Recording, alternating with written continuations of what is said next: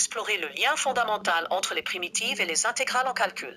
Commençons par définir ce qu'est une primitive. Une fonction grand f de x est appelée une primitive d'une fonction petit f de x si la dérivée de grand f est égale à petit f. Autrement dit, f' de x égale f de x. Prenons un exemple simple.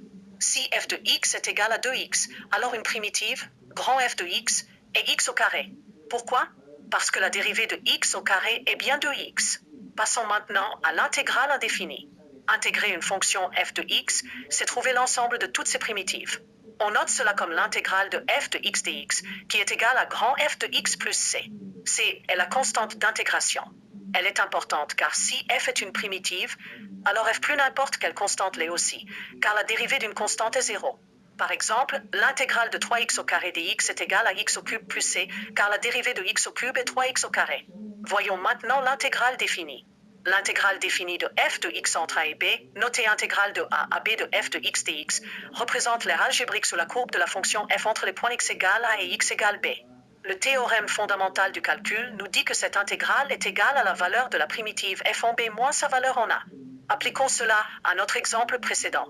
Calculons l'intégrale de 0 à 2 de 3x au carré dx. Une primitive est x au cube. On évalue donc x au cube entre les bornes 0 et 2. C'est 2 au cube moins 0 au cube, ce qui donne 8 moins 0, soit 8. Cette valeur, 8, représente l'aire sous la courbe x carré entre x égale 0 et x égale 2. Pour calculer des intégrales en pratique, il est utile de connaître quelques primitives de base. Voici quelques règles courantes. Pour intégrer x puissance n, on obtient x puissance n plus 1 divisé par n plus 1 plus c, à condition que n soit différent de moins 1. L'intégrale de 1 sur x est le logarithme népérien de la valeur absolue de x plus c. L'intégrale de e puissance à x est 1 sur a fois e puissance à x plus c. Et pour les fonctions trigonométriques, l'intégrale de sinus x est moins cosinus x plus c, et l'intégrale de cosinus x est sinus x plus c. En résumé, pour calculer une intégrale, premièrement, trouvez une primitive f de x de la fonction f de x. Pour une intégrale indéfinie, la réponse est f de x plus c. Pour une intégrale définie de a à b, calculez f de b moins f de a.